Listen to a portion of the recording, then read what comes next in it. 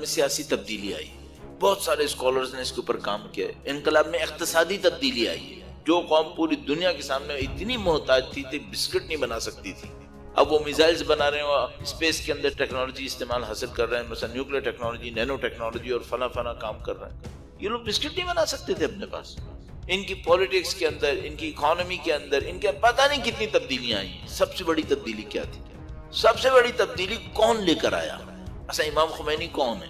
کس نے امام خمینی کو بنایا؟ یہ سب چیزیں ڈھونڈنی پڑیں گی نا۔ مثلا رہبر معظم نے فرمایا تھا کہ کئی دفعہ فرمایا کہ انقلاب کا تعارف امام خمینی کی ذات سے ہے۔ اگر آپ امام خمینی کو نہیں سمجھ سکے، آپ انقلاب کو نہیں سمجھ سکتے۔ ان سے ان کا تعارف ہے۔ میں ایک سوال پوچھتا ہوں، امام خمینی کو خمینی کس نے بنایا؟ بالآخر شاگرد اپنے استاد کا کوئی اثر لے کے بنتا ہے نا۔ وہ کون تھے جنہوں نے مثلا خمینی کو خمینی بنایا؟ تو مثلا آپ جا کے پوچھتے ہیں بھائی ان کی زندگی میں استاد کون تھے؟ اب امام خمینی کے پاس کئی علوم تھے، مثلا فلسفے میں وہ ماہر تھے۔ 3 بندے اس زمانے میں صرف فلسفہ بولتے تھے۔ حوض علمیہ قوم کے اندر اس زمانے میں انقلاب سے پہلے صرف 3 لوگ فلسفہ پڑھاتے تھے، اور تینوں کی اتنی سخت مذمت تھی جس کی کوئی حد نہیں۔ پریشر تھا کہ فلسفہ نہیں پڑھانا۔ برکتوں میں سے ایک برکت آئی یہ ہوئی ہے کہ ہم لوگوں کو تھوڑا بہت فلسفہ پڑھنا نصیب ہو گیا۔ انقلاب سے پہلے فلسفہ پڑھانا عذاب تھا۔ خود امام خمینی نے اپنی ایک تقریر میں کہا تھا کہ ایک دفعہ ان کا بیٹا پانی پی رہا تھا ایک مدرسے کے اندر، تو اس نے ایک کٹورے سے پانی پیا، تو ایک اور بندہ کہنے لگا کہ یہ کٹورا نجس ہو گیا۔ تو کسی نے پوچھا کہ بھائی یہ اگر احمد خمینی نے اس کٹورے سے پانی پیا ہے تو یہ نجس کیوں ہو گیا؟ تو کہنے لگا نجس اس لیے ہوا ہے کہ یہ خود نجس ہے۔ کہ بھائی یہ کیوں نجس ہے؟ کہنے لگا یہ اس لیے نجس ہے کہ اس کا باپ فلسفہ پڑھاتا ہے۔ امام خمینی نے اپنی تقریر میں تذکرہ کیا ہے۔ وہ فلسفہ پڑھاتے تھے، ان کا فلسفہ کا کوئی استاد ہوگا؟ ہاں بالکل ہوگا۔ وہ فقہ کے استاد تھے، درس خارج درس اجتہاد فرماتے تھے جس کے اندر مجتہدین کی تربیت کرتے تھے، تو ان کا فقہ کا کوئی استاد ہوگا؟ بالکل ہوگا۔ علم حدیث جانتے تھے، علم رجال جانتے تھے، ظاہر اجتہاد کے لیے سب چاہیے ہوتا ہے۔ علم تاریخ سے واقف تھے، یہ سب چیزیں جانتے تھے، ہاں بالکل جانتے تھے۔ ادبیات جانتے تھے، خود بھی شاعر تھے، یہ سب چیزیں۔ ان کے کتنے استاد ہوئے؟ بھائی علم فقہ کا استاد ہے، علم اصول کا استاد، رجال، درایا، فلسفہ، سب صرف 2 افراد کو وہ کہتے تھے ہمارے استاد۔ اتنے ڈھیر سارے علم جانتے تھے، یہ سب علم انہوں نے کسی استاد سے سیکھے تھے۔ اس کے بعد خود آیت اللہ خمینی 2 آدمیوں کو صرف کہتے تھے ہمارے استاد۔ وہ کون تھے؟ وہ تھے جنہوں نے امام خمینی کو علم عرفان سکھایا تھا، جنہوں نے معنویت سکھائی تھی۔ کتابی معنویت نہیں، کتابی کے ساتھ عملی معنویت، علم عرفان۔ وہ جو 2 استاد تھے صرف ان کو وہ کہتے تھے ہمارے استاد، ریگولرلی کہتے تھے۔ باقی 1-2 دفعہ انہوں نے ایک اور استاد کو جو فقہ کے استاد تھے کہیں پر 1-8 دفعہ ہمارے استاد لکھا ہے، لیکن ریگولر صرف 2 آدمیوں کو لکھتے تھے ہمارے استاد۔ ایک تھے آیت اللہ مرزا جواد ملکی تبریزی، قم میں ان کی قبر ہے، اور ایک تھے آیت اللہ شاہ آبادی، شہر رے تہران میں حضرت شاہ عبدالعظیم کے مقبرے کے اندر ان کی قبر موجود ہے۔ ان 2 کو امام خمینی کہتے تھے یہ ہمارے استاد تھے۔ یہ دونوں کیا تھے؟ یہ دونوں عارف تھے۔ رہبر معظم نے فرمایا ہمارا انقلاب امام خمینی سے پہچانا جائے گا۔ شناخت خمینی ہے، اور خمینی کی شناخت کیا بنی؟ 2 استاد، شاہ آبادی، مرزا جواد ملکی تبریزی۔ اچھا، میں بہت سارے بچوں سے یہ پوچھتا ہوں کہ بیٹا تم کو 30 سال ہو گئے انقلاب کے لیے نعرے لگاتے ہوئے، یہ بتاؤ تم نے شاہ آبادی سے کبھی کچھ پڑھا ہے؟ مرزا جواد ملکی تبریزی سے کچھ پڑھا ہے؟ تو تمہارے سامنے امام خمینی کا تعارف کیسے ہوا؟ نہیں ہوا تعارف۔ یہ تعارف ہے انقلاب کا۔ انقلاب کا تعارف، اب میں اپنی دانش میں جو مجھے کم عقلی کے ساتھ سمجھ میں آتا ہے، انقلاب کا اصلی تعارف وہ عرفاء ہیں جنہوں نے یہ انقلاب منعقد کیا۔ انقلاب اسلحوں سے نہیں آیا، انقلاب ایک معنویت سے آیا۔ اگر کہہ رہے ہیں انقلاب انفجار نور تھا، یہ انفجار نور اس معنویت کا تھا جو لوگوں کے دلوں پہ اثر کرے اور لوگوں کو خدا کی بندگی کے نزدیک لے جائے۔ تو مثال کے طور پر جسمانی ضرورت یہ ہے کہ میں 2 وقت یا 3 وقت کھانا کھاؤں گا، اتنے کیلوریز مجھے کھانے، اتنے منرلز، اتنے وٹامنز، اتنے یہ سب چیزیں۔ یہ جو اس کے ساتھ روح اٹیچ ہے، اور در حقیقت جسم ہے جو روح کے ساتھ اٹیچ ہے، نہ کہ روح ہے جو جسم کے ساتھ اٹیچ ہے، بلکہ ہم روح کے سوا اصل میں کچھ ہیں ہی نہیں، ہم روح ہیں۔ اس روح کی ضرورت کیا ہے؟ تو مثال کے طور پر مولانا نے ارشاد فرمایا وہ یہ کہ حکمت آمیز باتیں پڑھو، یہ تمہاری روح کی تازگی کے لیے ضروری ہے، حکمت آمیز باتیں پڑھو۔ تو مثلا کیا کروں حکمت آمیز باتوں میں؟ ایک بات ایسی وہ یہ کہ بھئی آپ ہر روز 2-3 روایتیں ضرور پڑھ لیں، اہل بیت کی حکمت کو پڑھیں۔ یہ جو ہمارا معنوی وجود ہے، اس کی ضرورت کیا ہے، اس کی ضرورت کو کیسے پورا کرنا؟ تو مثلا ایک دن بغیر ناشتے کی چلے گا؟ چل جائے گا، تھوڑا سا نقصان ہوگا۔ جس دن ناشتہ نہیں کیا اس دن دوپہر کا کھانا بھی نہ کھاؤ، پھر کیا ہوگا؟ تھوڑا سا معاملہ ٹائٹ ہو جائے گا۔ اچھا اس دن رات کا کھانا بھی نہ ملے تو کافی خراب ہو گیا معاملہ۔ 2 دن ایسے گزر جائیں، اب پتہ نہیں اس بندے کے ساتھ ہوگا کیا۔ ہفتہ گزر جاتا ہے، اللہ کے سامنے نہیں روتا، اس کی روح پہ کیا گزرتی ہے؟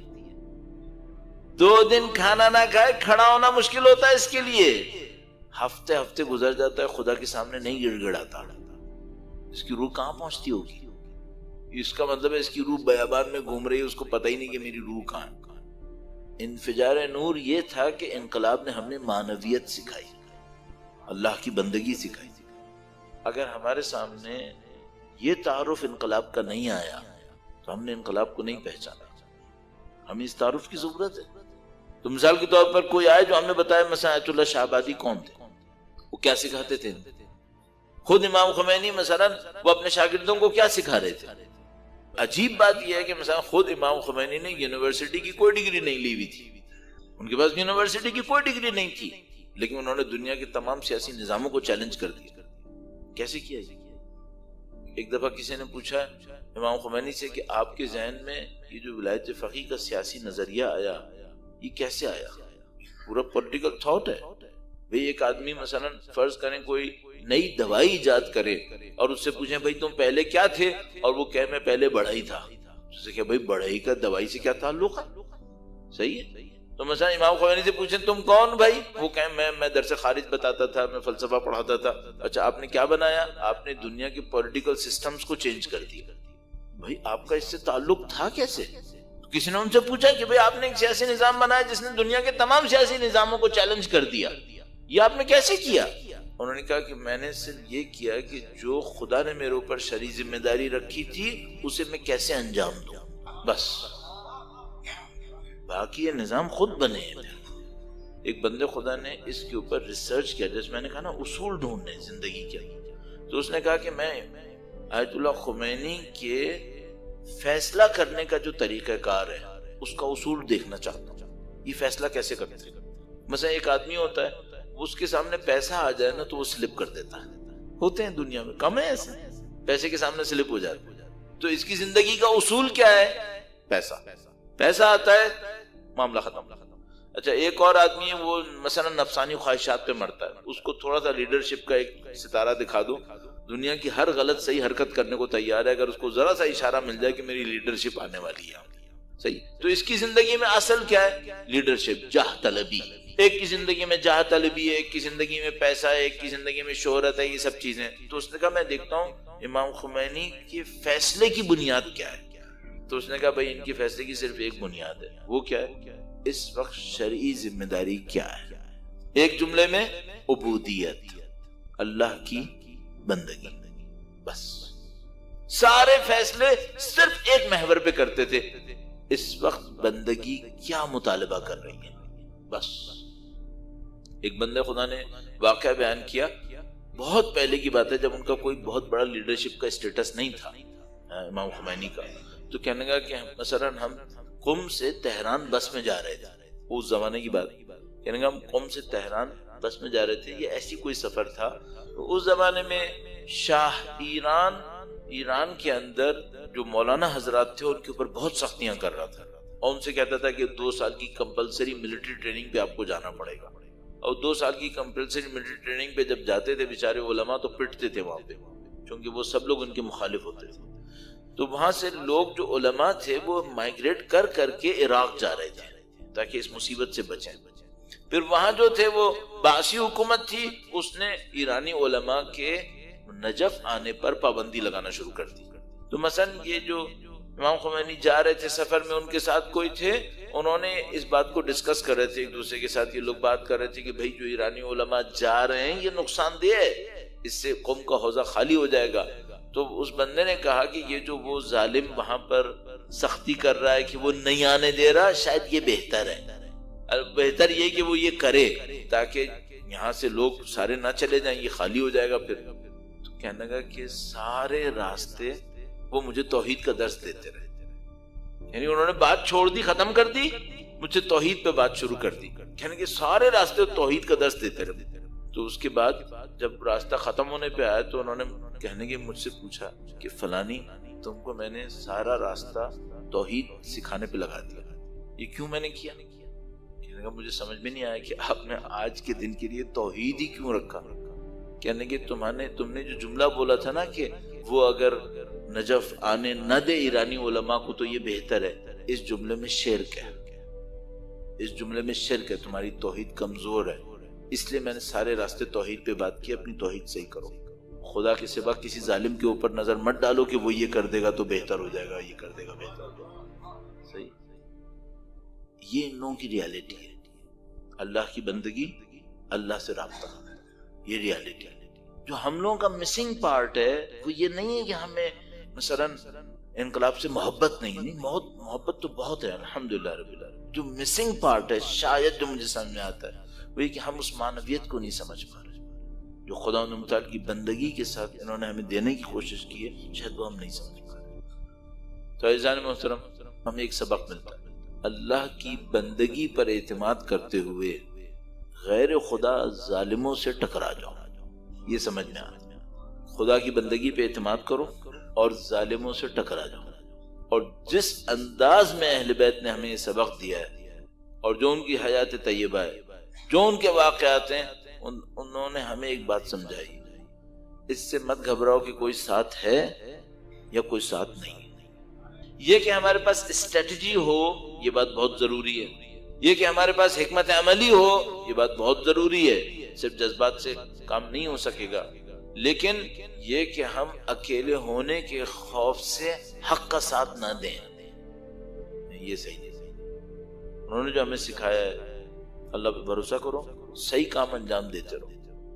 جس امام کا کوئی ماننے والا نہیں ہے کربلا کے اندر، آج اس کے روضے پہ 4 کروڑ لوگ آ رہے ہیں، یہ مشکل حل ہو جائے گی.